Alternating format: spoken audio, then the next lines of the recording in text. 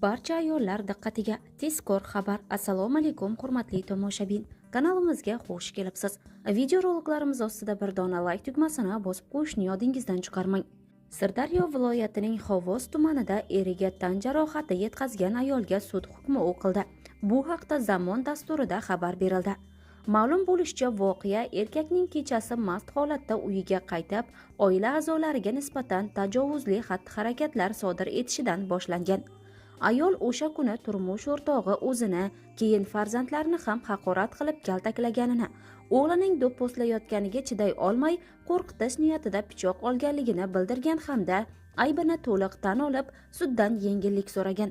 Sudlanuvchi hamda guvohlarning bayonotiga ko'ra, erkak uyiga kirishi bilan xotini hamda bolalariga bosim o'tkaza boshlagan. Janjal avjida esa 10-sinfda o'qiyotgan o'g'lini ham kaltaklagan. Farzandiga nisbatan zo'ravonlikni ko'rgan ona uni himoya qilishga uringan. Ayol jahl ustida oshxona pichog'i bilan erining qorin qismiga tan jarohati yetkazgan. Tibbiy ekspertiza xulosasiga ko'ra, ayol yetkazgan tan jarohati hayot uchun xavfli deb baholangan.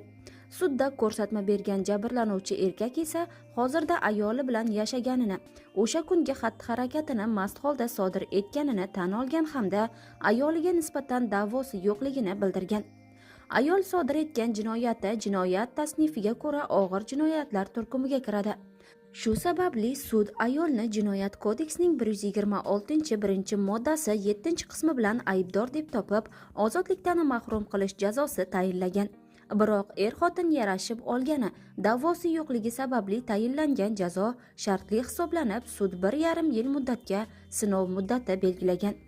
Avvalroq Tokurov vafot etgan 11 yoshli qizchaning onasi erini pichoqlab o'ldirganligi xabar qilingan edi.